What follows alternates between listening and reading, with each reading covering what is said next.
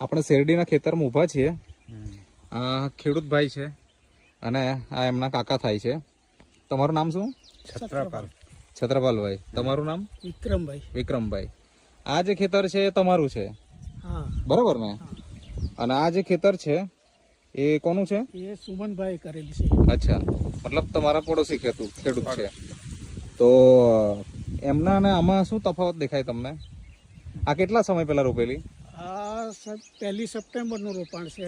અચ્છા. અને મારું આ 23 સપ્ટેમ્બર નું રોપાણ છે. અચ્છા. હવે આ શેરડી છે તો એકદમ નાની દેખાય છે, હજી તો ગ્રોથ જ નથી.